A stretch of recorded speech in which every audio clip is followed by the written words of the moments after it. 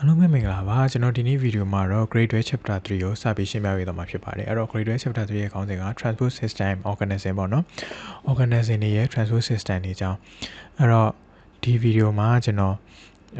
plant transport system ကိုအရင်ပြောပြရအောင်เนาะအပင်တွေရဲ့တေပို့ဆောင်ရေးလုပ်ငန်းတွေအကြောင်းကိုအရင်ရှင်းပြပေးသွားမှာဖြစ်ပါတယ်အဲ့တော့စပြီးကြည့်မယ်အဲ့တော့ကျွန်တော် transport system ထဲမှာဒီခန်းမှာကျွန်တော်2မျိုးတင်အောင်ပါเนาะအပင်တွေရဲ့တိရစ္ဆာန်တွေရဲ့ plants and animals ကိုတင်ရမှာပေါ့เนาะအဲ့တော့အပင်တွေမှာကျွန်တော်တို့ခေါင်းစဉ်လေးခုပြန်ခွဲတယ် transport system transport mechanism transpiration နဲ့ translocation ဆိုပြီးတော့အဲ့တော့ဒီဗီဒီယိုမှာကျွန်တော်ပထမတစ်ခုတင်ပေးပါမယ်ပေါ့เนาะ transport system နဲ့ transport mechanism ကိုတင်ပေးသွားမယ်အဲ့တော့ transport system ဆိုတော့တေယူပို့ဆောင်ရေးလုပ်ငန်းတွေဘယ်လိုဖွဲ့စည်းထားလဲကိုအရင်ပြောပြမယ်နောက်ပြီး transport mechanism ဘယ်လိုတေယူပို့ဆောင်လဲဆိုတာကိုဆက်ပြီးရှင်းပြပေးသွားမယ်ပေါ့เนาะအဲ့တော့ဒီခေါင်းစဉ်တစ်ခုကိုကြည့်ကြမယ်အဲ့တော့ထုံးစံတိုင်းကျွန်တော်တို့အရင်ဆုံး revision ပြန်ကြည့်မယ်အရင်လိုအပ်တဲ့ knowledge တွေကိုအရင်ပြောပြပေးမယ်ပြီးမှ concept တွေကြည့်မယ်ပြီးရင် textbook ဖတ်ကြည့်မယ် okay အဲ့တော့ revision ဆိုတော့ကျွန်တော်တို့ဒီဥစ္စာက grade 11မှာပါတာပေါ့နော်အဲ့တော့ grade 11မကြည့်ဘူးလို့ခံစားရတာပဲဖြစ်ဖြစ် grade 11ကြည့်ခဲ့ဖြစ်ဖြစ်ဒီဥစ္စာကပြန်ပြီးတော့မှအသုံးဝင်မယ်ထင်လို့ပေါ့နော်ပြီးတော့ဒီအခန်းကသူကစကားလုံးတွေအများကြီးသုံးထားရပေါ့နော်ဒါပေမဲ့အဲ့စကားလုံးတိုင်းကိုနားလည်ဖို့ဆိုလို့ရှိရင်ကျွန်တော်တို့ကဒီ grade 11 စာတွေကိုတခြားတီးခဲ့မှရမှာပေါ့အဲ့တော့အရင်ဆုံးကျွန်တော်ပြောပြချင်တာက diffusion ကိုအရင်ပြောပြပေးမယ်အဲ့တော့ diffusion ကျွန်တော်တို့ဘယ်လိုသဘောလဲဆိုရင်ကျွန်တော်ထားပါတော့အခန်းတစ်ခုထဲမှာကျွန်တော်ရေမွေးဖြန်းလိုက်တယ်ထားပါတော့ spray တစ်ခုဖြန်းလိုက်တယ်ရေမွေးဖြန်းလိုက်တယ်ဆိုလို့ရှိရင်ကျွန်တော်တို့ကြာလာလို့ရှိရင်ကျွန်တော်တို့အခန်းတစ်ခုလုံးအရေမွေးနဲ့ပြန့်သွားတယ်လေအစတုန်းကတော့ဒီနေရာထဲမှာရှိအဲ့တော့ဘာပြောချင်တာလဲဆိုကျွန်တော်အဲ့ဆက်ဆက်ဖြန်းချိန်မှာကျွန်တော်တို့ကအဲ့ဖြန်းလိုက်တဲ့နေရာတိုင်းမှာကျွန်တော်တို့ကအဲ့ရေမွေးရဲ့ concentration တွေများတာရေမွေး molecule ရဲ့ concentration တွေများတာပေါ့နော်အဲ့ concentration များတဲ့နေရာကနေဟိုဘက်မှာလုံးဝ concept မရှိတဲ့နေရာ concentration နည်းတဲ့နေရာကိုရောက်သွားတာပြန့်သွားပါတော့အဲ့ဒါကိုကျွန်တော်တို့က diffusion ဖြစ်တာလို့ခေါ်တယ်အဲ့တော့တေချာစနစ်တကျကြည့်မယ်ဆိုလို့ရှိရင်ကျွန်တော်တို့ကဒီမှာပေါ့နော်ဒီဘက်မှာကျွန်တော်တို့ကဟိုအပြာရောင်လုံးတွေအများကြီးရှိရပေါ့နော်အပြာရောင် particle တွေအများကြီးရှိရဒီဘက်မှာအနီရောင်နည်းနည်းပဲရှိရအဲ့တော့ကျွန်တော်တို့ကအချိန်ကြာလာတဲ့အများဒီတစ်ဖက်က concentration များတဲ့ဘက်ကနေ diffusion နဲ့ဒီဘက်ကိုပြန့်လာနောက်ဆုံးကြရင်နှစ်ဖက်လုံးညီသွားတဲ့အချိန်ဒီပြန့်နေမှာအဲ့ဒါကိုကျွန်တော်တို့က diffusion လို့ခေါ်တယ် okay အဲ့တော့ diffusion မှာကျွန်တော်တို့ diffusion ကဘယ်ချိန်မှမြန်လဲဘယ်ချိန်မှနှီးလဲဆိုတာရှိသေးတယ်ဘယ်လိုဆို diffusion များဖြစ်နိုင်လဲဘယ်လိုဆို diffusion နည်းပဲဖြစ်နိုင်လဲဆိုတာရှိအဲ့တော့ပထမတစ်ခုက surface area များတာပေါ့နော်အဲ့တော့ဆိုပါဆိုဒီအလဲကောင်မှာချားထားတဲ့ဟာကကျွန်တော်အကြီးဆိုလို့ရှိရင်ကျွန်တော်တို့ကထားပါတော့ပြန့်စရာနေရာအများကြီးဆိုလို့ရှိရင်ကျွန်တော်တို့ကပို့ပြီးတော့မှများပြန့်မယ်အဲ့တော့ထားပါတော့ဒီလောက်ဒီအလဲကောင်ကတီးတီးလေးလောက်လေးပဲနေရာပြန့်စရာရှိရဆိုရင်နှီးပဲပြန့်ပြီးတော့အကျယ်ကြီးဖြစ်သွားရင်ကျွန်တော်တို့များပြန့်နောက်တစ်ခုက distance ဆိုတော့ပြန့်မဲ့နေရာဝေးလေးပြန့်တာနီးလေးပြီးပြီးတော့ပြန့်မဲ့နေရာနီးလေးမြန်ပြန့်လေးပါတော့ထားပါတော့ဒီလောက်မှရှိတဲ့ particle တွေကမြန်ဒီဘက်ကိုပြန့်နေတယ်ဒါပေမဲ့ဒီဘက်အဝေးမှာဆိုလို့ရှိရင်ကျွန်တော်တို့ပြန့်ဖို့အကြာကြီးစောင့်ရတယ်အဲ့တော့ surface area များလေး diffusion ကောင်းလေး distance ကနည်းလေး diffusion ကောင်းလေးအဲ့တော့ surface ကျွန်တော်တို့ diffusion ကောင်းခြင်း surface area ချဲတာမှမဟုတ် distance ကိုနည်းခြင်းနဲ့အဲ့တော့တခြား diffusion ကိုတခြားအကျိုးသက်ရောက်တာတွေအများကြီးရှိရပါတော့ဒါပေမဲ့ဒီခန်းမှာကျွန်တော်ဒီနှစ်ခုပဲပြောလို့ကျွန်တော်ဒီနှစ်ခုပဲရေးထားပါပေါ့ okay ဒါဆိုကျွန်တော်ဥပမာတစ်ခုပေါ့နော်အဲ့တော့ဒါဆိုကျွန်တော်ကအမီးဘာကိုကျွန်တော်ဥပမာပြတာအမီးဘာဆိုကျွန်တော် unicellular organism တစ်ခုပေါ့နော် cell တစ်လုံးနဲ့ရှိတဲ့တက်ရှိအဲ့တက်ရှိမှာဆိုလို့ရှိရင်တက်ရှိမှာဆိုတော့ကျွန်တော်တို့ကသူ့လုပ်ငန်းဆောင်တာတွေအတွက်သူတို့အောက်ဆီဂျင်ယူရတယ်ကာဗွန်ဒိုင်အောက်ဆိုက်ကိုပြန်ထုတ်ရတယ်အဲ့တော့သူကဘယ်လိုဖြစ်လဲဆိုရင်သူက diffusion နည်းနဲ့ပဲဖြစ်တာပဲအဲ့တော့အောက်ဆီဂျင်တွေကအပြင်မှာများနေတဲ့အတွက်ကြောင့်မလို့ဒီအောက်ဆီဂျင်နဲ့တဲ့ cell တွေကိုဝင်တယ်ပြီးရင်ကာဗွန်ဒိုင်အောက်ဆိုက်တွေကပြန်ထွက်တယ်အဲ့တော့ဒီမှာလည်းလို့ပဲ surface area ကျတယ်ဆိုတော့ထားပါတော့ဒီအမီးဘာရဲ့ surface area အကျယ်ကြီးဖြစ်နေလို့ရှိရင်အောက်ဆီဂျင်တွေများဝင်တောင်းဝင်ကာဗွန်ဒိုင်အောက်ဆိုက်တွေများထွက်နေတယ် diffusion ကောင်းဖြစ်နိုင်တယ်နောက်တစ်ခုက distance ပေါ့နော်ထောက်တော့သူ့ရဲ့ဒီအပင်က cell membrane လေးကထူနေပါနေလို့ရှိရင် diffusion မြန်ဖြစ်နိုင်ပြီထူပြီးတော့မှ distance များသွားရင် diffusion ကနည်းပဲဖြစ်နိုင်တယ်အဲ့တော့ပြောကြရင် surface area distance ကိုကျွန်တော်ဥပမာထပ်ပေးရပါတော့အပြင်မှာမြင်လွယ်တာနဲ့အဲ့တော့ဒါကပထမ revision တစ်ခုပြန်ကျင်တာပေါ့နော် grade 11နောက်တစ်ခုပြန်ကျင်တာကကျွန်တော် carbohydrate အကြောင်းလေးနည်းနည်းပြန်ကျင် carbohydrate ဆိုတော့ကစီဓာတ်ပေါ့နော်ကျွန်တော်တို့စားနေတဲ့ထမင်းတွေဂျုံတွေထဲမှာအဓိကပါတာ carbohydrate တွေပါတာပေါ့နော်အဲ့တော့ဒီမှာဆိုလို့ရှိရင်ကျွန်တော်တို့က sugar လို့ခေါ်တယ်အများကြီးရှိတယ် triose tetrapentose ဆိုကျွန်တော်ဒါတွေအကုန်လုံးမမိစရာမလိုတော့ကျွန်တော်မမိစေချင်တာတခုက hexo sugar လို့ခေါ်တယ် C6H12O6 လို့ခေါ်တယ် hexo ဆိုတာဘယ်နှခုလဲဆို C6 လုံးပါလို့ hexo လို့ခေါ်တာ hex ဆိုတော့ C6H12O6 ဆိုတဲ့ formula ရှိတယ် အဲ့တော့သူ့မှာ example sugar နှစ်ခုရှိရပါလဲဆိုတော့ glucose နဲ့ fructose ဆိုပြီးရှိအဲ့တော့ဒီနှစ်ခုတော့ကျွန်တော်မှတ်မိစေချင်တယ်ဒီတစ်ခုလေးတော့ hexo C6H12O6 glucose fructose okay ဒါ glucose ရဲ့ ring structure လို့ခေါ်ပါတော့ခုနကမှာ C6H12O6 ဆိုတာကျွန်တော်တို့က C6 လုံးရှိပါတယ် H12 လုံးရှိပါတယ် O6 လုံးရှိပါတယ်ဆိုတာပြောခဲ့တာဒါဆိုတော့သူကအဲ့ atom တွေတစ်ခုချင်းစီဘယ်လိုချိတ်ထားလဲဆိုတော့ပြထား ring structure လို့ခေါ်တယ်ဒါ glucose ပေါ့နော် okay နောက်တစ်ခုကကျွန်တော်က sucrose လို့ခေါ်တယ်အဲ့တော့ကျွန်တော်ခုနပြောခဲ့တယ်မှာ glucose နဲ့ fructose ရှိတယ်။ဘာလဲဆိုတော့ C6H12O6 formula ရှိတဲ့ဟာ။အဲ့တော့ဒီမှာ fructose ကကြဒီဘက်မှာရှိတဲ့လိမ္မော်ရောင်လေး။အဲ့တော့ glucose နဲ့ကြည့်ကျွန်တော်ကဘာကွာနေလဲဆိုကြည့်လိုက်။ဒီနှစ်ခုလုံးကတော့ C6H12O6 formula ရှိတာပဲ။ဒါပေမဲ့သူတို့ရဲ့ထဲထဲမှာရှိတဲ့ atom လေးတွေဆင်ထားတဲ့ပုံစံမတူဘူးပေါ့နော်။အဲ့တော့အကြောင်းမလို့သူ့ကိုကြတော့ fructose လို့ခေါ်တာ။နှစ်ခုလုံးကတော့ C6H12O6 ရှိတာပဲဒါပေမဲ့တစ်ခုကတော့ glucose လို့ခေါ်တယ်။တစ်ခုကတော့ fructose လို့ခေါ်တယ်။အဲ့လို glucose နဲ့ fructose နှစ်ခုကိုချိန်လိုက်လို့ရှိရင်ဖြစ်လာတဲ့ဟာကိုကျွန်တော်တို့က sucrose molecule လို့ခေါ်တာ။အဲ့တော့ကျွန်တော်နှစ်ခုပြောပြီးသွားပြီဗာလဲဆိုတော့ glucose နဲ့ sucrose glucose က ring တစ်ခုရယ် sucrose က ring တစ်ခုပါတယ် glucose တစ်ခု fructose တစ်ခုချိန်ထားတာ။အဲ့တော့ sucrose ကပြီးရင်ပြန်ပါလာမှာပေါ့နော်ဒီ glucose ရော sucrose ရောပြီးရင်ပြန်ပါလာမယ့်အကြောင်းနေ။ Okay နောက်တစ်ခုကကြဘယ်လိုလဲဆိုတော့ကျွန်တော်တို့ starch နဲ့ cellulose လို့ခေါ်တယ်။ starch နဲ့ cellulose ကဘာလဲဆိုရင် glucose တွေအများကြီးချိန်လိုက်လို့ရှိရင်ဖြစ်လာတာခုနကနှစ်ခုလေးချိန်ပြီးသူတို့အများကြီးရာနဲ့ချီထောင်နဲ့ချီတောင်းနဲ့ချီချိန်လိုက်ရင်ဖြစ်လာတာကို starch လို့ခေါ်တယ်ဒါမှမဟုတ် cellulose လို့ခေါ်တယ် starch ကကြတော့ကျွန်တော်တို့အပင်တွေထဲမှာ glucose တွေပိုနေလို့ရှိရင်ဒီလိုအများကြီးချိန်ပြီးတော့မှတူလောင်တာကိုကျွန်တော်တို့က starch လို့ခေါ်တယ် cellulose ကဘာလဲဆိုလို့ရှိရင် cellulose ကချိတ်တဲ့ပုံစံမတူတာ starch နဲ့ဆင်လို့ရှိရင်သူကကြတော့တူလောင်တဲ့ပုံစံနဲ့မှမဟုတ်သူကကြဘာလဲဆိုတော့အပင်ရဲ့ cell wall မှာရှိတာ plant cell ရဲ့ cell wall ထဲမှာ cellulose က structure ကောင်းအောင်လို့ပိုပြီးတောင်းတောင်းတင်းတင်းရှိအောင်လို့ရှိတာကိုကျွန်တော်တို့ကရှိတာ cellulose ပေါ့နော်အဲ့တော့နောက်ပြီးရင် starch ရော cellulose ရောပြန်ပါလာမှာ starch က glucose တွေပိုနေရင်အပင်မှာတူလောင်တဲ့ပုံစံ cellulose ကရောက်တော့cell wall တွေထဲမှာရှိတယ်Okay အဲ့ဆိုကျွန်တော်တို့တကယ်ကောင်းစဉ်ကိုစကြည့်အောင် transport system နဲ့ plants ကိုစကြည့်မယ်အဲ့တော့ photosynthesis equation ဆိုကျွန်တော်အလင်းကိုအမိပြုပြီးစာချက်လုပ်တယ်ဆိုတဲ့အကြောင်းကိုကျွန်တော်တို့အရင်ပြောကြအောင်ကျွန်တော်တို့ငယ်ငယ်လေးကအမြဲတမ်းပြောနေကြပါလဲဆိုတော့အပင်တွေကကိုယ်ပိုင်အစာချက်တယ်ဘာလို့သုံးပြီးလဲဆိုတော့ကာဗွန်ဒိုင်အောက်ဆိုက်ကိုသုံးပြီးကာဗွန်ဒိုင်အောက်ဆိုက်နဲ့ရေကိုသုံးပြီးကိုယ်ပိုင်အစာချက်တယ် Okay အဲ့တော့ဒီမှာကြည့်ကြည့်အောင်ကျွန်တော်တို့မှာတူလိုတာကဘာလဲဆိုရင်ကာဗွန်ဒိုင်အောက်ဆိုက်လိုတယ်ရေလိုတယ်Okay အဲ့တော့နောက်ကြဘာရလာလဲဆိုတော့တူလိုချင်တာက sugar ရလာ C6H12O6 ဆိုရလာအဲ့တော့အစာချက်တွေဆိုတာဒါကိုပြောအစာဆိုတာဒါကိုပြောချင်တာဗျာ sugar ကိုပြောချင်တာခုနကပြောတဲ့ C6H12O6 glucose ဖြစ်လာတာအဲ့တော့ carbon dioxide နဲ့ရေနဲ့ကိုပေါင်းပြီးတော့မှ glucose ဖြစ်လာအဲ့ဒါက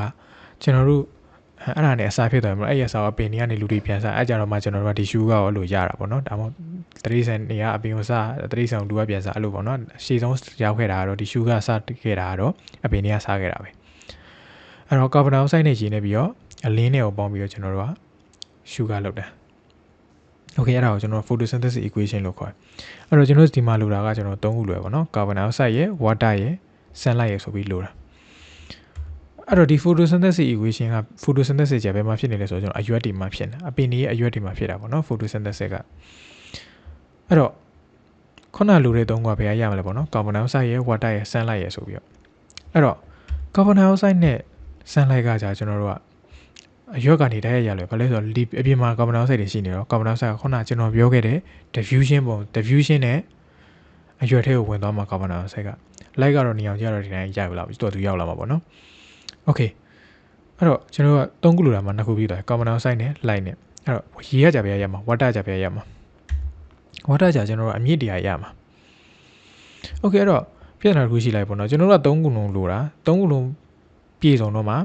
ဒီဟိုထဲမှာအရွက်ထဲမှာ photosynthesis ဖြစ်မှာအဲ့တော့ရေကကျွန်တော်တို့အမြင့်ထဲမှာဆိုတော့ဘာလို့မလဲဆိုတော့အဲ့ခုနရေကအမြင့်ကစုပ်လိုက်တဲ့အရေကိုကျွန်တော်တို့ကအရွက်ကိုရအောင်ပို့ပေးရမှာ Okay နော်အဲ့တော့ရေကိုအရွက်ကိုရအောင်ပို့ပေးရမယ်အဲ့တော့ကျတော့မှကျွန်တော်တို့ photosynthesis ဖြစ်ပြီးတော့မှခုနကပြောတဲ့အစာရလာမှာအစာပါလဲဆိုတော့ sugar ဒါမှမဟုတ်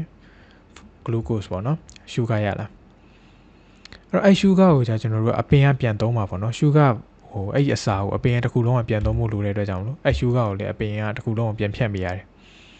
Okay အဲ့တော့ရေကအရွက်စီသွားရတယ်အရွက်က sugar ကိုတပင်လုံးကိုပြန်ဖြတ်ပေးရတယ်အဲ့တော့ကျတော့ရေကဘယ်ကနေသွားလဲဆိုရင်ရေသွားတဲ့လမ်းကြောင်းကိုကျွန်တော်တို့က xylem လို့ခေါ်တယ်ဒီမှာစသည်ရှာမှတ်ရတော့မယ်နော် xylem လို့ခေါ်တယ် အမြင့်ကနေရေတက်သွားတဲ့လမ်းကြောင်းကိုကျွန်တော်တို့က xylem လို့ခေါ်တယ်ရေကြောလို့ခေါ်တယ်အရွက်ကနေအပင်ရဲ့နေရာနံပြကိုပြန်ရောက်သွားတာကိုဘယ်နေရာသွားလဲဆိုရင် flow 1အစာကြောကနေသွားတယ်အဲ့တော့ xylem ကရေကြော flow 1ကအစာကြောโอเคအဲ့တော့ခုနကဒါကျွန်တော်ပြောခဲ့တဲ့ပုံစံတိုင်းပဲဒ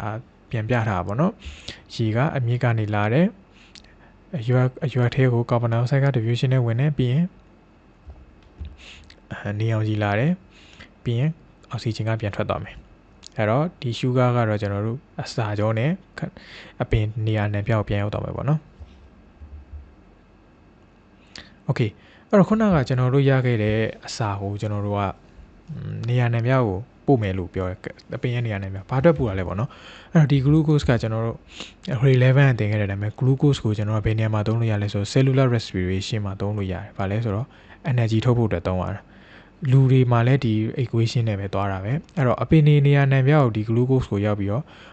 ဒီ glucose ကိုပြန်ဖြိုခွဲပြီးကျွန်တော်တို့ကနောက်ဆုံးမှာ ATP ဆိုတာထွက်လာတာအဲ့တော့ ATP ကမှကျွန်တော်တို့ကတကယ် energy အနေနဲ့သုံးလို့ရတာပေါ့နော် glucose ကသုံးလို့မရသေးဘူးနောက်ဆုံး glucose ကနေ cellular respiration လုပ်ပြီးတော့မှATP ဖြစ်ပြီဆိုမှကျွန်တော်တို့ကတကယ်လိုအပ်တဲ့ energy အနေနဲ့သုံးလို့ရတာပေါ့နော်အဲ့တော့ကျွန်တော်ပြောခဲ့တာဒီအဲ့တော့နောက်တစ်ခုကကြတော့ဒီ glucose ဆိုတော့နောက်ထပ်ဘာလုပ်ရသေးလဲပေါ့နော်ခုနကတော့ကျွန်တော်တို့ဘာလဲဆိုတော့ ATP ပြောင်းပြီး energy ထုတ်တယ်တကယ်လို့ energy အဲ့လောက်မလိုဘူးဆိုရင်ဘာလုပ်မှာလဲပေါ့နော် energy မလိုဘူးဆို glucose ကပိုနေမှာပေါ့နော် ATP ပြောင်းစရာမလိုနေဘူးဆိုရင် glucose ကပိုနေမှာအဲ့လိုပိုနေတာတွေကိုကြတော့ကျွန်တော်တို့ကဘာလုပ်လဲဆိုခုနကပြောတဲ့အတိုင်းပိုနေတဲ့အတွက်ကြောင့်မလို့အများကြီးဒီဆက်ပြီးတော့မှ starch အနေနဲ့သိမ်းတယ်ဒါမှမဟုတ်ရင် cell wall မှာ cellulose အနေနဲ့အများကြီးဆက်ပြီးတော့သိမ်းတယ်အဲ့တော့ glucose တွေအများကြီးဆက်ပြီး starch အနေနဲ့သိမ်းမယ် cellulose အနေနဲ့ cell wall မှာတွားပြီးတော့ပံ့ပိုးခြင်းပံ့ပိုးမယ်အဲ့တော့နေရာနဲ့ပြောက်ရလိုက်နှစ်မျိုးလုံးနေတာပေါ့နော်ကာဗွန်ဒိုင်အောက်ဆိုက်ကိုဖြိုခွဲပြီးတော့မှ ATP ထုတ်မလား glucose ကိုဖြိုခွဲပြီးတော့မှ ATP ထုတ်မလား glucose တွေအများကြီးချိန်ပြီးတော့မှ starch ဒါမှမဟုတ် cellulose လုပ်မလားဆိုပြီးတော့နှစ်ခုလုပ်လို့ရပါပေါ့နော်အဲ့တော့ခုနကျွန်တော်ပြောခဲ့တာကိုပြန်ပြီးတော့မှ revision ပြန်ရမယ်ဆိုလို့ရှိရင်ကျွန်တော်မှာ photosynthesis အရွက်တွေကလောက်ရတယ်အဲ့ရွက်တွေလောက်တဲ့ခါမှာကျွန်တော်လူနာ3မျိုးရှိတယ်ဗာလဲဆိုရင် sunlight ရဲ့ carbon dioxide ရဲ့ water ရဲ့ဆိုပြီးလို့ရတယ်အဲ့တော့ sunlight နဲ့ carbon dioxide ကအရွက်ကနေပဲ diffusion ဖြစ်ပြီးဝင်သွားမယ်ရေကကြပြရမလဲဆိုအမြင့်တွေနေရမယ်အဲ့အမြင့်တွေကနေစုပ်ပြီးတော့မှအရွက်စီကိုတည်ပြရတယ်အဲ့တည်ရေးလမ်းကြောင်းမှာရှိတဲ့အကျိုးဘာခေါ်လဲဆိုကျွန်တော်တို့ကရေကြောလို့ခေါ်တယ် xylem လို့ခေါ်တယ်အဲ့တော့ရေရောက်သွားပြီဆိုလို့ရှိရင်ကျွန်တော်လိုအပ်တာတွေပြည့်စုံသွားပြီဆိုတော့အရွက်ကနေအစာချက်လုပ်တယ် sugar ရလာတယ်အဲ့ sugar ကိုနေရာအပင်ရဲ့နေရာနံပြကိုပြန်ပြီးဖြန့်ပေးလိုက်တယ်ဘယ်ကနေတဆင်လဲဆိုရင် flow 1အစာကြောကနေတဆင်အဲ့တော့အပင်ရဲ့နေရာနံပြကိုရောက်သွားပြီဆိုလို့ရှိရင်ဘာလုပ်လဲဆိုတော့ဒီ glucose ကိုကျွန်တော်တို့ကဖြိုခွဲပြီးတော့မှ energy ထုတ်ခြင်းထုတ်တယ် energy မလို့ဆိုလို့ရှိရင် glucose တွေအများကြီးတန်းစီပြီးတော့မှ starch အနေနဲ့သိခြင်းသိနေ cell wall ထဲမှာ cellulose အနေနဲ့ထားရင်ထားတယ် okay အဲ့တော့ကျွန်တော်တို့ textbook ကိုကြည့်ကြအောင်အဲ့တော့ textbook ကကျွန်တော်ပုံမှန်ဆိုရင်ကျွန်တော်ဘာသာပြန်ကိုကျွန်တော်တန်းထည့်ပေးနေကြပါတော့အဲ့တော့ဒီတစ်ခေါက်မှာတော့ကျွန်တော်ဘာသာပြန်ကိုကျွန်တော်ဒီ description ထဲမှာကျွန်တော်တို့ PDF file အနေနဲ့ကျွန်တော်ထည့်ပေးထားမယ်အဲ့တော့အဲ့ဒါနေတစ်စင်ပဲဘာသာပြန်ကိုကြည့်လိုက်ပါတော့ဒီမှာတော့ကျွန်တော်အင်္ဂလိပ်လိုပဲရေးပြလိုက်တော့မယ် Transfer system in plants make their own organic molecules using the process of photosynthesis အပင်တွေကသူတို့ organic molecule တွေလုပ်တဲ့ဘန်းနေတစ်စင်လို့ photosynthesis နဲ့တစ်စင်အလင်းမြည်ပြီးစာချက်လုပ်ပြီးတော့မှကိုယ်တိုင်လုပ်တဲ့ glucose ကို carbon dioxide is the source of carbon carbon dioxide က glucose ထဲမှာရှိတဲ့ carbon ပြီးတဲ့ light is the source of energy နေအောင်ကြီးကတော့ energy source အနေနဲ့ပြီးတယ် the main synthetic organs of the leaf အဓိကလုပ်ပေးတာဗျာလေလို့လဲဆိုတော့အရွက်တွေကလုပ်ပေးတယ် which have evolved a large surface area to volume ratio for efficient capturing of light and carbon dioxide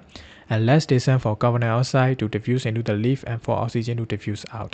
အဲ့တော့ခုနပြောချင်တဲ့အတိုင်းပဲကျွန်တော် diffusion နဲ့ဝင်နေဆိုတဲ့ diffusion နဲ့ထွက်တယ်ဆိုတဲ့အတွက်ကြောင့်ခုနကျွန်တော် diffusion မှာကျွန်တော်ပြောခဲ့တယ်ဗာလဲဆိုတော့ surface area ကျဲလေးလေး diffusion ကောင်းလေးလေး distance နည်းလေးလေး diffusion ကောင်းလေးလေးအဲ့တော့ဒီမှာအဲ့ဒါကိုပြောပါပဲဒီမှာ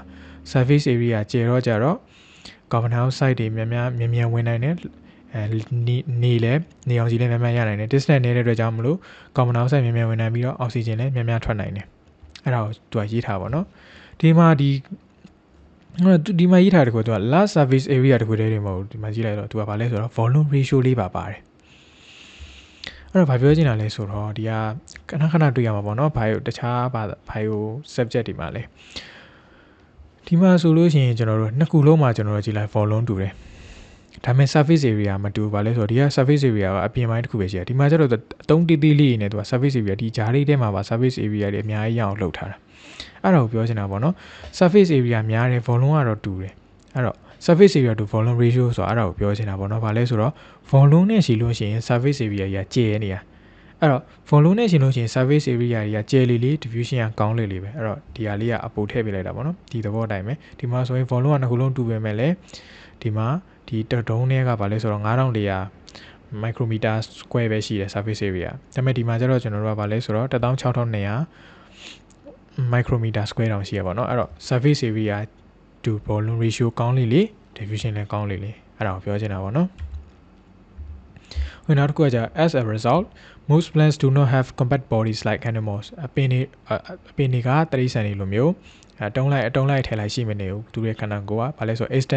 extensive branching bodies with leaves above the ground တော့ဂိုင်းတွေအများကြီးဖြန့်ထွက်နေရပါတော့ဂိုင်းတွေအများကြီးဖြန့်ထွက်နေမှာ surface area to volume ratio ကောင်းပါအဲ့ကြတော့မှ diffusion ကောင်းဖြစ်မှာပေါ့In order to obtain the water and mineral source they needed for nutrition, plants have extensive root system below the ground. အဲ့တော့ရေတွေစုပ်ဖို့အတွက်နဲ့ဘာလဲဆိုတော့မြေအောက်ထဲမှာအမြစ် system တွေရှိတယ်အမြစ်တွေရှိတယ် mineral source ဆိုတာကျွန်တော်တို့ကရေနဲ့တူတူစုပ်တာเนาะခုနကကျွန်တော် mineral source ကိုကျွန်တော်ထည့်မပြောတော့သူကရေနဲ့တူတူမြင်တဲ့ mineral source တွေကပါလာပါเนาะ mineral source ဆိုတာဘာတွေကိုအဓိကပြောချင်တာလဲဆိုတော့ sodium ion တို့ potassium ion တို့ hydrogen ion တို့ပြောချင်တာ H+ တို့ K+ တို့ Na+ တို့ပြောချင်တာအဲ့တော့အပြင်မှာအဓိကကျွန်တော်တို့ hydrogen ion ကိုအဓိကစုပ်တယ် H+ ကိုစုပ်တယ်အဲ့ဒီ H+ ကရေနဲ့တူတူဇိုင်လန်ကနေသွားမှာပဲ okay နောက်တစ်ခုကကြတော့ the plant body therefore spreads out to obtain the carbon dioxide အဲ့တော့ carbon dioxide ကိုရဖို့အတွက်နဲ့ဘာလဲဆိုတော့ဂိုင်းတွေဖြာထွက်တယ် light energy water and organic mineral ions from its environment to make organic molecule တွေလို့ဖို့ like sugars and amino acids အဲ့တော့ sugars တွေ amino acids တွေလို့ဖို့အတွက်ခုနကကျွန်တော်ရှင်းပြခဲ့တာပဲဘာလဲဆိုတော့အမြစ်ကနေရေယူတယ်အရွက်တွေကနေ carbon dioxide နဲ့ light တွေယူပြီးတော့မှ glucose လောက်တာဒါကိုပြောချင်တာဒီစာကြောင်းကTransport systems are needed for the following reasons ဒီဟာတွေအတွက်ကြောင့်လိုအပ်ပါတယ်ပေါ့ transport system to move succession from where they are absorbed to where they are needed သူတို့စုပ်လိုက်တဲ့နေရာကနေလိုအပ်တဲ့နေရာကိုပို့ဖို့အတွက်ဥပမာဆိုရင်ရေနဲ့ mineral ions တွေကအမြစ်ကနေစုပ်တယ်လိုတာကအရွက်မှာလိုတဲ့အတွက်ကြောင့်မလို့ဒါကိုပြောချင်တာပေါ့နော် water and mineral ions are absorbed by roots and transported through the xylem ဒီကြောကနေတဆင့် to other parts of the plant to move substances from where they are produced to where they are needed for metabolism အဲ့တော့သူတို့ထုတ်လိုက်တဲ့နေရာကနေသူတို့လိုတဲ့နေရာကိုပို့မှာဥပမာဆိုခုနကတော့ဆိုရင် sugar ကကျွန်တော်တို့အရွက်ကနေထုတ်လိုက်တယ်အရွက်တစ်ခုတည်းလိုတာမဟုတ်လေ sugar ဘာလဲဆိုအပင်ရဲ့နေရာအနှံပြလိုတဲ့အတွက်ကြောင့်မလို့အဲ့ဒါအဲ့အတွက်လည်းဒီ transport system သုံးပါတယ်ပေါ့နော်ခုန metabolism ဆိုဘာလဲဆိုကျွန်တော်ဇီဝရုပ်ဖြစ်ပျက်ခြင်းကိုပြောပါပေါ့နော်ခုနကျွန်တော်ပြောခဲ့မလားခုနကတော့ glucose ကကျွန်တော်တို့2မျိုးဖြစ်တယ်နိုင်တယ်လို့ပြောတာလေ glucose ကိုဖြိုပြီးတော့မှATP energy ထုတ်ခြင်းထုတ်မယ်ဒါမှမဟုတ် glucose တွေအများကြီးဆက်ပြီးတော့ starch ဒါမှမဟုတ် cellulose လုပ်ခြင်းလုပ်မယ်အဲ့ဒါကိုကျွန်တော်တို့ကအဲ့လိုဟာကိုကျွန်တော်ဇီဝရုပ်ဖြစ်ပျက်တာလို့ခေါ်တာ glucose ကိုဖြတ်ပစ်လိုက်တာကိုကျွန်တော်ကဇီဝရုပ်ဖြတ်တာလို့ခေါ်တာ glucose ကိုဖြတ်ပြီးတော့ energy ထွက်လာတာကိုဇီဝရုပ်ပြတ်တာလို့ခေါ်တာ glucose တွေအများကြီးဆက်လိုက်တာဆက်ပြီးတော့ starch ဖြစ်လာတာကိုကျွန်တော်တို့ကဇီဝရုပ်ဖြစ်တာလို့ပြောအဲ့တော့ဇီဝရုပ်ဖြစ်ပျက်တယ်ဆိုအဲ့လိုနှစ်ခုလုံးကိုပေါင်းခေါ်တာကိုကျွန်တော်က metabolism လို့ခေါ်တာ okay เนาะအဲ့တော့ကျွန်တော်ပြောချင်တာကသူတို့substance တွေထုတ်လိုက်တဲ့နေရာနေလိုတဲ့နေရာကိုပို့ပြီးတယ်လိုတဲ့နေရာဘာအတွက်လိုလဲဆိုတော့ metabolism တွေအတွက်လိုတာmetabolism ခုနပြောတယ်ဇီဝရုပ်ဖြစ်ပျက်တာ For example, sugars are produced in leaves, but glucose is needed by all parts of the plant for respiration and for converting to cellulose for making cell walls and areas of group. ခုနကျွန်တော်ရှင်းပြလိုက်တဲ့အတိုင်းပဲ Glucose can be moved through the phloem as part of the sucrose molecule. အဲ့တော့ glucose က phloem ထဲမှာဘယ်လိုသွားလဲဆိုရင် sucrose molecule အနေနဲ့သွားတာအဲ့တော့ glucose နဲ့ fructose နဲ့ပေါင်းပြီးတော့ sucrose အနေနဲ့ phloem ထဲမှာသွားပြီးတော့မှသူလိုအပ်တဲ့နေရာရောက်ပြီဆိုမှ glucose ပြန်ပြောင်းသွားအဲ့တော့နော်ဒီက sucrose ဆိုခုနကကျွန်တော်ပြပြခဲ့တယ်ရှေ့ထဲမှာပါတယ် To move substances to certain part of the plant for storage and သိမ်းထားဖို့အတွက်ဆိုလို့ရှိရင် for example sugars usually change into the form of starch or starch အနေနဲ့ပြောင်းသွားပါလဲဆိုတော့သိမ်းထားဖို့ for storage in potato tuber အဲ့တော့အပင်အာလူဒီမှာဆိုလို့ရှိရင်ကျွန်တော်က starch အနေနဲ့သိမ်းတာ okay အဲ့တော့ခုနကဒါကျွန်တော်Buffalo transport system တွေလိုတဲ့အကြောင်းဆိုတဲ့အကြောင်းကိုကျွန်တော်ရှင်းပြပေးသွားပါတော့။ဒီမှာကျွန်တော်တကယ် transport system တွေဘယ်လိုဖွဲ့စည်းထားလဲ xylem နဲ့ phloem တွေဘယ်လိုဖွဲ့စည်းထားလဲကိုရှင်းပြသွားမှာပေါ့နော်။အဲ့တော့ဒီမှာဆိုလို့ရှိရင်ကျွန်တော်တို့ cross section 3ခုဖြတ်ပြထားတယ်။အောက်ဆုံးကအမြစ်ကိုဖြတ်ပြီးတော့မှအမြစ်ကိုဖြတ်ကြည့်ပြီးကြည့်ထားပါတော့။အခေါင်းလိုက်ကြည့်ထား။အဲ့တော့ဒီမှာဆိုလို့ရှိရင်ခုန xylem နဲ့ phloem တွေဘယ်မှာရှိလဲဆိုလို့ရှိရင်ခိုင်ရအောင်ရှိတဲ့နေရာနားလေဒီဟာကိုကျွန်တော်က vascular bundles လို့ခေါ်တာဒီမှာတော့ vascular tissue လို့ရေးထားပါတော့ textbook ထဲမှာကျတော့ vascular bundles လို့ရေးထား bundle ဆိုတော့အစုဝေးပေါ့နော် vascular ဆိုတော့အကြောပေါ့နော်အဲ့လိုသူအစာကြောရည်ကြော vascular လို့ခေါ်ပါနော် vascular bundles အနေနဲ့အဲ့တော့အမြင့်မှာဆိုကျွန်တော်တို့အလဲကောင်မှာရှိရပါတော့ဒီမှာဆိုရင်ပင်စီရောက်သွားတဲ့ကြတော့ဘယ်ရောက်သွားလဲဆိုရင်ဒီလိုမျိုးဘေးလေးမှာစော်ဝိုင်းပုံစံလေးပတ်ထားပါတော့တနေရာလေးတွေပတ်ထားတာဒီခရမ်းရောင်လေးပဲအရွက်ရောက်သွားပြီဆိုလို့ရှိရင်ကျွန်တော်တို့အလဲကောင်မှာလည်းရှိတယ်ပြီးရင်ဒီလိုမျိုးလေးတွေပေးမှာပြန်ဒီလိုမျိုးပေးမှာအဆက်လေးနဲ့ရှိရအဲ့တော့ကျွန်တော်တို့အရွက်မှာမြင်နေကြပုံစံအတိုင်းအရွက်မှာမြင်ရတဲ့ဒီ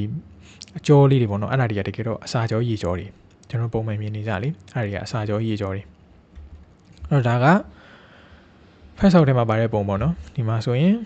အရွက်ပေါ့နော်အရွက်မှာဆိုရင်ဒီမှာအစာကြောရေကြောရှိတယ်အနီရောင်ကရေကြောအပြာရောင်ကအစာကြောနောက်တစ်ခုကဒါဆိုရင်ပင်စီမှာဆိုလို့ရှိရင်လည်းဒီမှာအနီရောင်လေးက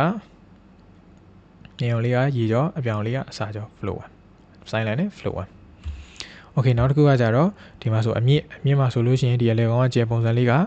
silent အပြင်ကောင်ကအစဝိုင်းလေးတွေက flow 1 okay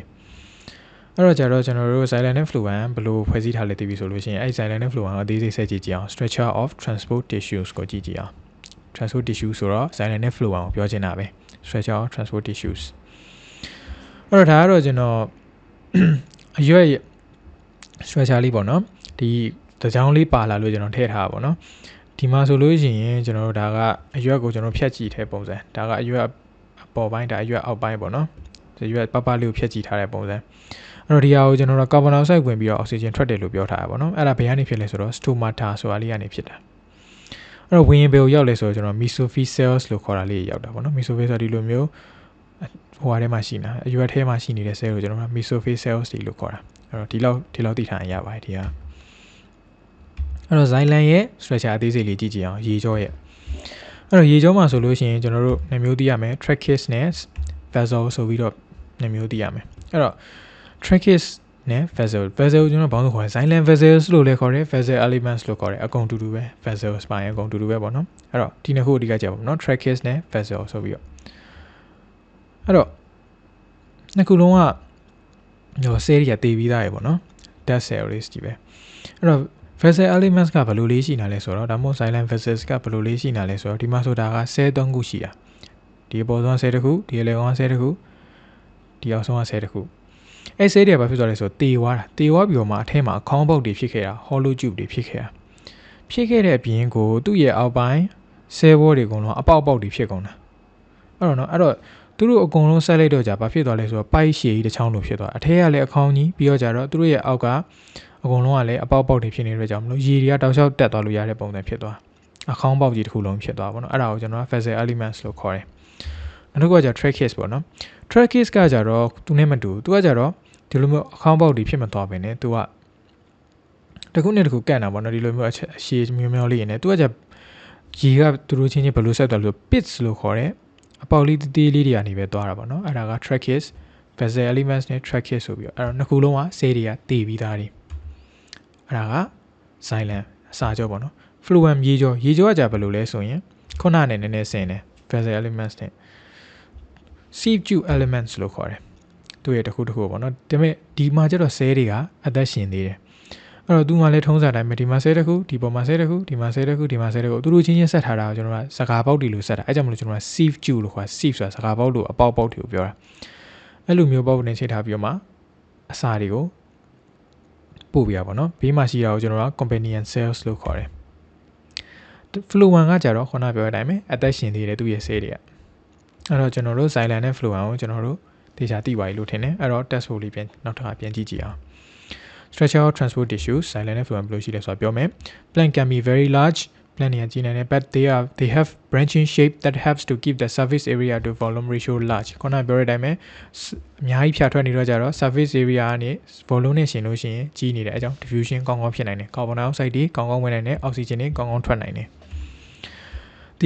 Their energy needs are generally small compared to those of animals, so respiration does not take place quickly.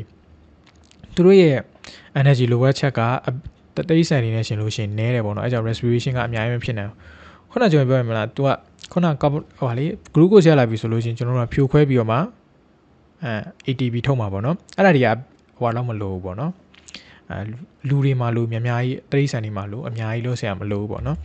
အဲကြောင့်မလို့တဲ့သူတို့ cell တွေကိုဒီခုန cellular respiration လုပ်ဖို့ပေါ့နော် ATP ထုတ်ဖို့အတွက်အောက်ဆီဂျင်ကို supply လုပ်ရမယ်ကာဗွန်ဒိုင်အောက်ဆိုက်ကိုပြန်ထုတ်ရပဲပေါ့နော်ဒါက cellular respiration เนาะဟိုမှာမတူ photosynthesis နဲ့မတူခုနကျွန်တော်ပြောခဲ့တဲ့ glucose ကို ATP ပြောင်းတာအဲ့တော့ glucose ကို ATP ပြောင်းလို့ရှိရင်ကျွန်တော်တို့အောက်ဆီဂျင်လိုရလေအဲ့တော့ကြတော့အဲ့အတွက်ကြောင့်မလို့ကျွန်တော်ဒီအောက်ဆီလိုအပ်တဲ့အောက်ဆီဂျင်ကိုလည်း diffusion နဲ့လည်းပဲအဆင်ပြေတယ်ကာဗွန်ဒိုင်အောက်ဆိုက်ကိုထုတ်ဖို့လည်း diffusion နဲ့တည်းပဲအဆင်ပြေတယ်ဒါကိုပြောချင်တာဒီစာကြောင်းက The leaves are very thin and have a large surface area inside them in contact with airspace သူတို့ရဲ့အရွက်တွေကပလေးတွေပြီးတော့ surface area ကျဲတယ် airspace တွေနဲ့ဆိုတော့ပြောရဲ mesophyll cells တွေမှာလေကျွန်တော်တို့နေရာလို့ဒီအများကြီးရှိနေတာအဲ့ဒါကိုကျွန်တော် airspace တွေလို့ခေါ်တာ This means that diffusion is sufficient to supply the mesophyll cells with carbon dioxide for photosynthesis and to remove oxygen အဲ့တော့ခုနပြောတဲ့ mesophyll cells တွေကျွန်တော်ပြခဲ့တဲ့ mesophyll cells တွေပေါ့နော်ခုနကတော့ဟိုပါလေအရွက်ကိုကျွန်တော်ထပ်ပိုင်းဖြတ်တော့ပြခဲ့တဲ့ mesophyll cells တွေကို photosynthesis လုပ်ဖို့အတွက်မဲ့ကျွန်တော်တို့က carbon dioxide ကိုအပြင်ကနေရွေးမယ်အောက်ဆီဂျင်ကိုပြန်ထုတ်ရမယ်အဲ့ဒါလည်းကျွန်တော်တို့က diffusion နဲ့ပဲလုပ်လို့ရတယ်လို့ရေးချင်တာဒီဟာ Okay အပြင်နေမှာတဲ့ transport system နှစ်ခုရှိတယ် two transport system ဘာလဲဆိုတော့ xylem ခုနပြောခဲ့တဲ့ရေကြော fluent အစာကြော xylem က water နဲ့ inorganic ions ခုနပြောတဲ့ K+ တွေ Na+ တွေ H+ တွေကိုတည်ပြီးတာ potassium နဲ့ sodium နဲ့ hydrogen ion တွေကိုထုတ်တည်ပြီးတာရေနဲ့အတူတူဘယ်မှာလဲဆိုတော့ xylem မှာ From the roots to all parts of the plant အမြစ်ကနေကျန်တဲ့အပင်အစိပ်ပိုင်းတွေကို fluent ကကြတော့ဘာလုပ်ပြီးလဲဆိုတော့ substances made in the plant ဒါအပင်တွေမှာလုပ်တဲ့ဟာတွေ sucrose ဆိုတော့ glucose နဲ့ fructose ပေါင်းလို့ဖြစ်လာတဲ့ဟာ sucrose နဲ့ amino acid တွေကိုအရွက်ကနေလုပ်တယ်ပေါ့နော်သူလုပ်တဲ့နေရာကနေတခြားအစိပ်ပိုင်းတွေကိုပို့ပေးတာ From the leaves to all parts of the plant Okay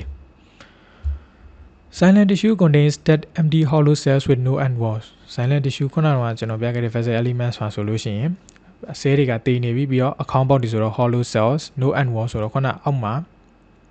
စကားပေါက်တွေဖြစ်ခဲ့တာဆိုတော့ end walls တွေမရှိတော့ဘူးအဲ့ဒါကိုပြောချင်တာပေါ့နော် They are composed of silent vessels တွေဒါမှမဟုတ် vessel elements တွေဒါမှမဟုတ် vessels တွေ which are arranged in long lines to form hollow tube ခုနပြောတဲ့ခုနဆို3ခုစီလိုက်တာပေါ့နော်3ခုစီလိုက်လို့ရှိရင် hollow tube အရှည်ကြီးဖြစ်သွားတယ်အခေါင်းပေါက်အရှည်ကြီးဖြစ်သွားတယ် Water moves through these long hollow tubes by mass flow from the roots to all parts of the plant အဲ့တော့ရေကအဲ့ခေါင်းပေါက်တွေကနေတဆင့်ဘယ်ကိုရောက်သွားလဲဆိုတော့ roots ကနေအမြစ်ကနေတခြားအပင်စိပ်ပိုင်းတို့ရောက်သွားတယ်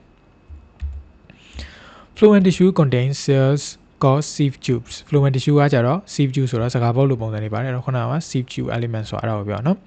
Unlike xylem vessel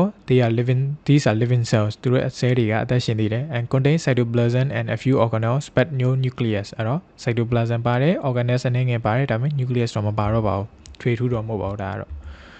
These walls are made of cellulose သူတို့တွေက walls တွေကတော့ cellulose နဲ့လုပ်ထားတယ်ဒါတော့အပင်ရဲ့ဆဲတော်တော်များများရဲ့ cell wall ကတော့ cellulose နဲ့လုပ်ထားတာပဲcompanion cells ပါတယ်ပြီးတော့ sieve tube တစ်ခုစီမှာ companion cell တစ်ခုပါတယ် Okay ဒါကတော့ကျွန်တော်တို့ xylem နဲ့ fluent ရဲ့ structure တွေကိုကျွန်တော်ပြောသွားပါတော့သူတို့ဘယ်လိုပုံစံလဲဆိုတော့အဲ့တော့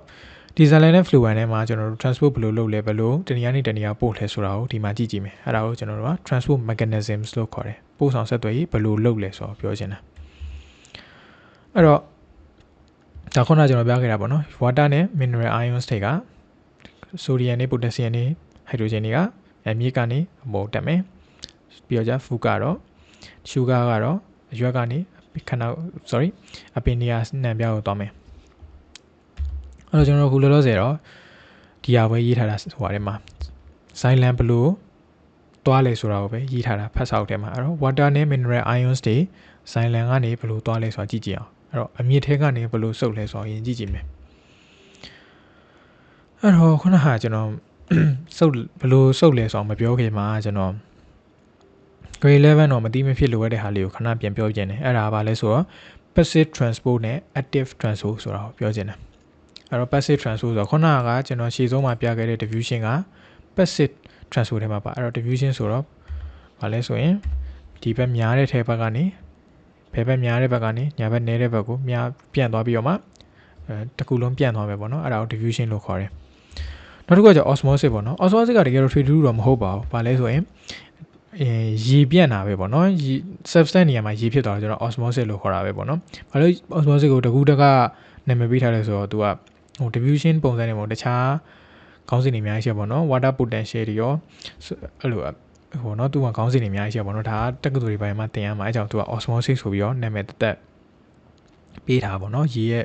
diffusion ကိုအဲ့တော့ဒီမှာဆိုလို့ရှိရင်ကျွန်တော်တို့ကဒီ membrane က semi permeable membrane ပေါ့နော်ရေပဲဖြတ်လို့ရတာအဲ့တော့ဒီမှာဆိုလို့ရှိရင်ကျွန်တော်ကြည့်လိုက်ဒီဘက်မှာရေတွေများတယ်ဒီဘက်မှာရေနည်းတယ်โอเคနော်ဒီဘက်မှာကျတော့ရေများပြီးတော့မှဒီ particle လေးနည်းတယ်ဒီဘက်မှာကျရေနည်းပြီး particle လေးများတယ်အဲ့တော့ရေကဒီဘက်မှာများတဲ့အတွက်ကြောင့်မလို့ဘယ်ဘက်မှာများတဲ့အတွက်ကြောင့်ညာဘက်ကိုပြန်သွားမယ်နောက်ဘက်နှစ်ဖက်လုံး concentration ကြီးသွားရင်ကြာရက်သွားမယ်โอเคနော်ဒါကိုကျတော့ကျွန်တော်တို့ကဘာလို့ခေါ်လဲဆိုရင် osmosis လို့ခေါ်တာခုနပြောတဲ့အတိုင်း diffusion နဲ့ osmosis က diffusion က osmosis ကရေရဲ့ diffusion ပဲတကယ်တော့အဲ့လောက်လွယ်ကူမှတ်ထားလို့ရရပါတော့အဲ့ဒါနှစ်ခုလုံးကိုကျွန်တော်တို့ကဘာလို့ခေါ်လဲဆိုရင် passive transport လို့ခေါ်တာဘာပြောချင်တာလဲဆိုတော့ diffusion ဆိုတဲ့အတိုင်းပဲသူကကျွန်တော်တို့တကူတက်ကလှုပ်ပေးစရာမလိုရှင်တော်ရှေ့ဆုံးတော့ပေးခဲ့တဲ့ဥပမာအတိုင်းအခန်းထဲမှာရေမွေးဖြန်းလိုက်လို့ရှိရင်ပြန့်သွားတယ်ဆိုကျွန်တော်တို့တကူတက်ကရက်တောင်နေနဲ့ခတ်ပြီးမှပြန့်သွားမှာမဟုတ်သူ့အချိန်တန်လို့ရှိရင်ပြန့်သွားမှာပဲအဲ့ဒါကိုကျွန်တော်တို့ passive transport လို့ခေါ်တယ်တကူတက်ကလှုပ်เสียမလို့သူတို့ဒီ molecule တွေကိုယ်တိုင်ကဖြစ်ချင်နေတာဒါကိုကျွန်တော်တို့က passive transport လို့ခေါ်တယ်အဲ့တော့အဲ့ဒါနဲ့ပြောင်းမြန်ဆိုပါလဲဆို active transport ကဘာလဲဆိုတော့သူတို့ကမဖြစ်ချင်ဘူးကျွန်တော်တို့ကအဇွတ်လုပ်ပေးမှာအဲ့တော့ဒီမှာဥပမာပေါ့နော်ဒီဘက်မှာဆိုရင်ဒီ particle လေးတွေရွေးချင်တာပေါ့နော်အဲ့တော့ဒီဘက်မှာဒီအောက်မှာဆိုရင် particle နှစ်ခုပဲရှိတော့နည်းတယ်ဒီဘက်မှာပိုများတယ် concentration အပေါ်မှာများပြီးတော့အောက်မှာနည်းတယ်အဲ့တော့ပုံမှန်ထုံးစံတိုင်းဆို diffusion ကဘယ်လိုဖြစ်ချင်လဲဆိုရင်များတဲ့စီကနေနည်းတဲ့စီကိုသွားချင်တာလေဒါပေမဲ့ active transport မှာကျွန်တော်ကအဲ့လိုမလုပ်ဘူးဘာလို့လဲဆိုရင်နေတဲ့စီကနေများတဲ့စီကိုကျွန်တော်ကပြောင်းမြန်ကြီးပို့ချင်တာโอเคနော်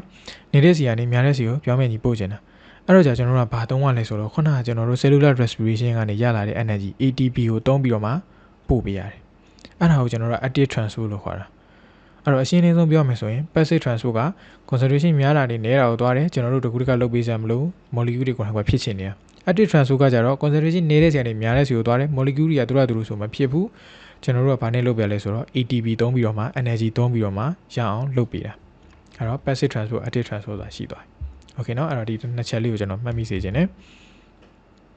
အဲ့တော့ကျွန်တော်တို့ခုနကဟာလေးကိုဆက်ရအောင်အမြင့်ကနေဘယ်လိုစုပ်လဲပေါ့နော်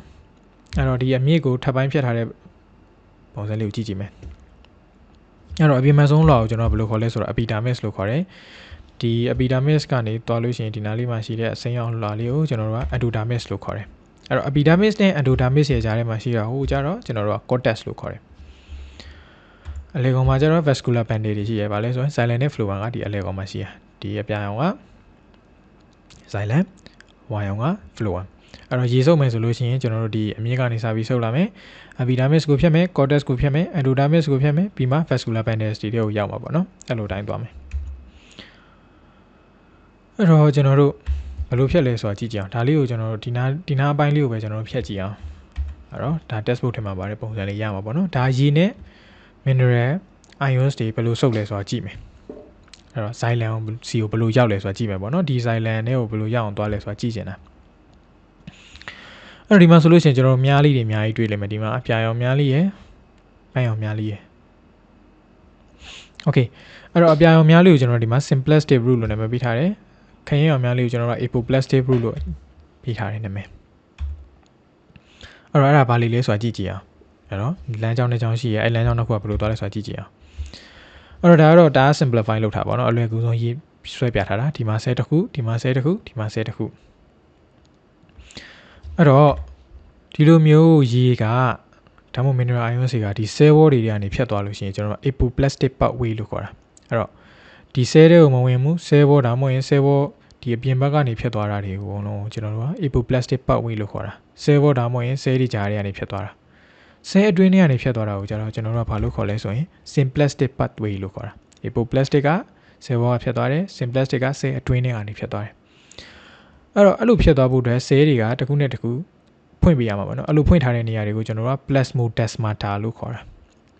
โอเคနော်အဲ့တော့ခုနကပြောတဲ့ကျွန်တော်တို့ passive နဲ့ active ပြန်ပါလိုက်အဲ့တော့ apoplastic ကကျွန်တော်တို့က passive absorption နဲ့သွားမှာဖြစ်ပြီးတော့ simplistic က active absorption နဲ့သွားမှာဖြစ်တယ်အဲ့တော့ simplistic cell တွေကဖြတ်သွားခြင်းလို့ရှိရင် cell တွေကိုရောက်ဖို့အတွက် energy သုံးပြီးတော့မှ ion တွေကိုထည့်ရမယ် apoplus နဲ့သွားခြင်းလို့ရှိရင် passive absorption ပဲလုပ်ရမှာဖြစ်တဲ့အတွက်ရေကဒီတိုင်းပဲသူ diffusion ဒါမှမဟုတ် osmosis နဲ့ဝင်သွားမယ် okay နော်အဲ့တော့ဒီနှစ်ခုသိရမယ် apoplus နဲ့ symplastic pathway apoplastic က cell wall ဒါမှမဟုတ် cell ပြင်ဘက်ကနေသွားတယ် symplastic ကကြတော့ cell အတွင်းထဲကနေသွားတယ်ဟုတ်ပြီအဲ့တော့ဒါကခုနပြောခဲ့တဲ့ပုံစံပေါ့နော်ဒီမှာဆိုရင် apoplastic ဆိုရင်ဒီမှာကြည့်လိုက်ကျွန်တော်တို့ cell wall ဒါမှမဟုတ် cell ပြင်ကနေသွားတယ် symplastic ဆိုရင် cell အတွင်းထဲကနေသွားတယ်ဒီမှာ down plasmodesmata တွေကနေဖြစ်တယ်သွားတယ် okay နော်အဲ့တော့ဒီမှာဆိုရင် epidermis ကနေ cortex ဆုပ်လာတာက epidermis ကိုရောက်တယ်ရောက်ပြီး cortex ကိုရောက်တယ် cortex ပြီး endodermis ကိုရောက်တယ်နောက်ဆုံးကျမှ xylem တွေထဲကိုရောက်မယ် xylem ထဲကိုရောက်မယ် okay အဲ့တော့ဒီ endodermis နေရာလေးကိုပဲကျွန်တော်တို့ကြည့်ကြည့်အောင်ဒါနောက်ဆုံးတစ်ခုပဲဒီနေရာလေးပေါ့နော်ဒီအနီရောင်က endodermis cell လေးအဲ့နေရာမှာကျွန်တော်ဒီမှာကြည့်လိုက်ဒီလိုပတ်ထားတဲ့ခရင်ရောင်ဟာလေးရှိတယ်အဲ့ဒါကိုကျွန်တော်ဘာလို့ခေါ်လဲဆိုတော့ Casparian strip လို့ခေါ်တာ Casparian strip ဆိုတာလေး ਨੇ ဆဲအပြင်ပိုင်းကိုပတ်ထားတာဆဲအတွင်းထဲကိုမရောက်ဘူးเนาะဆဲအပြင်ပိုင်းကိုပဲပတ်ထားတာဒီ Casparian strip ကအဲ့ဒါတွေကဘာလဲဆိုတော့ waxy coat လို့ခေါ်တာ waxy ဆိုတော့ကျွန်တော်တို့စီပုံစံပေါ့နော် waxy ဆိုတော့ရေဖြတ်လို့မရအောင်ကာထားတဲ့အပိုင်းလေးအဲ့ဒါကြောင့်ကျွန်တော်ရေဖြတ်လို့မရတဲ့ကြောင့်ခုနကကျွန်တော်တို့ရောက်လာတယ်ဆဲ wall တွေကနေရောက်လာတယ် apoplastic pathway ကဒီကောင်နဲ့တွေ့လို့ရှိရင်သူရက်သွားတယ်ဘာလဲဆိုတော့ရေဖြတ်ခွင့်မပေးတော့အဲ့တော့ဘာလို့ လဲဆိုရင်သူကဆဲတွေကိုပြန်ဝင်ပြီးတော့မှပြန်ဝင်လိုက်ရတယ်အဲ့တော့ဆဲတွေကိုပြန်ဝင်လိုက်ရပြီးတော့မှပြီးမှပြန်silent vessel တွေကိုဆက်သွားတာပေါ့နော်အဲ့တော့ပြောချင်တာကအဲ့ဒါပဲ Casparian strip က apoplastic pathway ကိုတားထားရပေါ့နော်ဘာလဲဆိုသူက cell wall မှာဒီရေဖြတ်လို့မရအောင်ပတ်ထားတာလေးရှိလို့ပြီးတော့အဲ့ကြောင့်မလို့သူက apoplastic pathway ကအရင်ဆုံးဆဲပြင်ကနေဆဲတွင်းတွေကိုပြန်ဝင်ရတယ်ပြန်ဝင်ပြီးတော့မှ endodermis layer ကိုကြော်ပြီးဆိုမှ silent vessel တွေကိုဝင်လို့ရတယ် okay เนาะအဲ့တော့ဒါပါပဲ Casparian strip ဆိုတာရေမုံအောင်တားထားတာလေးကိုပဲပြောချင်တာ okay တက်ဆိုဆက်ဖက်ကြည့်အောင်အဲ့တော့ within a plant mineral ions and organic compounds example sucrose are transported by being dissolved in water အဲ့တော့ mineral ions တွေနဲ့ organic compound တွေကရေထဲမှာပျော်ပြီးတော့မှစုပ်တယ်နောက်တစ်ခုက dissolved mineral ions ခေါင်းကပြောတဲ့ hydrogen နဲ့ potassium နဲ့ sodium တွေက transport in xylem tissue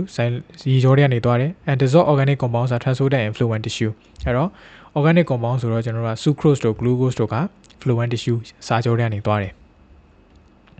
The plant roots are responsible for the uptake of water and mineral ions. Plant roots အပြင်ရဲ့အမြစ်တွေကရေနဲ့ mineral ions တွေစုပ်ဖို့အတွက်တာဝန်ရှိတယ် and can have root hairs to increase the surface area for absorption of the substances. အဲ့တော့များဆုပ်ချင်လို့ရှိရင်ဘာလို့လဲဆိုတော့ root hairs တွေအများကြီးအပြင်ဒီအမြစ်တွေအများကြီးဖော်စလန်ကြအောင်လုပ်လိုက်တော့ကျွန်တော်ဆုပ်เสีย surface area တွေအများကြီးရှိသွားတာကိုပြောချင်တာပေါ့နော် The uptake of water is a passive process. ရေစုပ်တာက passive process ဘာဖြစ်လဲဆိုတော့ခေါင်းပြောတဲ့ osmosis နဲ့ဖြစ်တယ် the diffusion of water from higher water potential to lower water potential အဲ့တော့ higher water potential ရှိရနေ lower water potential ရှိအောင်သွားတယ်အဲ့တော့ water potential ဆိုလို့ကျွန်တော်တို့ဒီစကားလုံးကတော့နည်းနည်းမြင်တာပေါ့လေတကယ်အများကြီးရှိရ water potential ကို affect ဖြစ်တာတွေအများကြီးရှိရပါတော့ဒီမှာတော့ရိုးရှင်းရှင်းပဲမှတ်လိုက်ပေါ့နော်ရေများတာရေနေတာအဲ့လောက်ပဲမှတ်လိုက်ပေါ့နော်တကယ်တက္ကသိုလ်ကြီးပါတက်ရင်တော့ဒီကြောင်းတွေပိုသိလာလိမ့်မယ် The uptake of minerals can be passive transport minerals တွေက passive transport ဖြစ်နိုင်တယ်ဘယ်လိုနည်းလဲဆို diffusion နဲ့ဝင်တာဖြစ်နိုင်တယ် osmosis နဲ့ဝင်တာဖြစ်နိုင်တယ် and or active transport ခုနပြောတဲ့အတိုင်း ATP သုံးပြီးတော့မှ concentration နည်းတဲ့စီကနေများတဲ့စီကိုပြောင်းပြန်ညီသွားတာလည်းဖြစ်နိုင်တယ် minerals တွေက movement of water in a plant ရေတွေအပင်ထဲမှာဘယ်လိုသွားလဲ active absorption မှာဆိုလို့ရှိရင်ဘာဖြစ်လဲဆိုရင်ရေကအရင်ဆုံး cell set ထဲကိုဝင်တယ် cytoplasm ထဲဝင်ပြီးတော့မှ cell တစ်ခုကနေတစ်ခုကိုသွားတယ်ဘာလဲဆိုခုနပြောတဲ့ simplistic pathway ကိုကျွန်တော်တို့ပြောချင်တာเนาะ active absorption ဆိုတော့အရင်ဆုံး cell sap ဆိုတော့အရင်ဆုံး cell တွေကိုဝင်ပြီးတော့မှ cell တစ်ခုကနေတစ်ခုကိုသွားတယ်အဲ့ဒါကိုကျွန်တော် active absorption မှာဖြစ်တာအဲ့ဒါကိုကျွန်တော်ကဘယ်လိုခေါ်လဲဆိုရင် protoplasm ပါတာ protoplasm နဲ့သွားတာ cell အတွင်းထဲကနေသွားတာကိုကျွန်တော်က simplest လို့ခေါ်တယ် simplistic pathway ပြောချင်တာပေါ့နော် passive absorption အဲ့တော့ osmosis နဲ့သွားနေတဲ့ဟာမှာဆိုရင်တော့ passive absorption မှာဆိုလို့ရှိရင်တော့ water moves through the apoplast of the root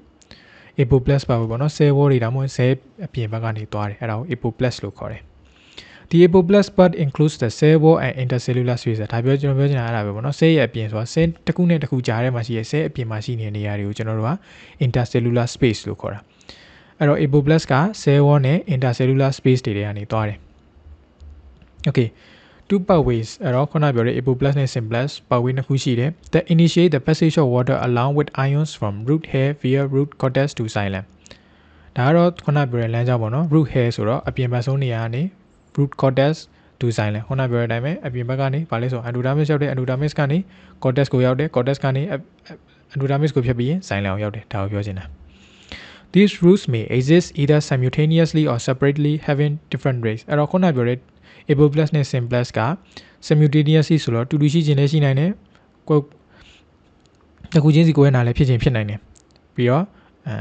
ကွဲနေပြီးတော့မှဟိုတစ်ခုနဲ့တစ်ခုနှုံးမတူတာပေါ့နော်မြန်တာနေတာမတူတာတွေဖြစ်နိုင်တယ်တခါလေကျရင်တူသွားတယ်တခါလေကျရင်မတူတာကိုပြောချင်တာပဲပုံမှန်ဆိုရင်တော့ apoplast ကပိုမြန်တယ် symplast ကပိုနေတယ်အဲ့တော့ apoplast နဲ့ဆိုဟိုမှာဆိုလို့ရှိရင် most water travels via the apoplastic pathway ရေတော်များများက apoplastic pathway ကနေသွားတယ် transpiration rates are high transpiration rates တွေများတဲ့ခါကျရင် apoplast ကနေသွားတာများတယ်ဒါကတော့ကျွန်တော် transpiration ရောကျွန်တော်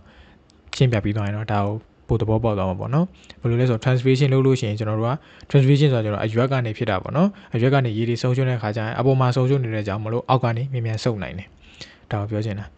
which is the series of spaces running through the cellulose cell walls dead cells and hollow tubes of the xylem အဲ့တော့ apoplastic pathway ရဲ့လမ်းကြောင်းကိုပြောချင်တာပဲပေါ့နော် running through the cellulose cell walls cell walls တွေသွားတယ် cellulose တွေသွားတယ် dead cell တွေသွားတယ် hollow tubes of xylem တွေရဲ့အခေါင်းတွေကနေသွားတယ်ဒါကျွန်တော်တို့ apoplastic pathway ကိုရေးသွားတာပဲ the water moves by diffusion ရေက diffusion နဲ့ဝင်တယ် as it does not pass through a partially permeable membrane အဲ့တော့ cell အတွင်းထဲဝင်စရာမလိုတဲ့အတွက်ကြောင့်မလို့ partially permeable membrane ဒါ cell membrane ကိုဖျက်စရာမလိုဘူးလို့ပြောချင်တာဗာလဲဆိုတော့ cell ပြန်နေပဲသွားလို့ diffusion နဲ့သွားလို့ရတယ် the water can move from cell wall to cell wall directly or through the intercellular spaces အဲ့တော့ရေက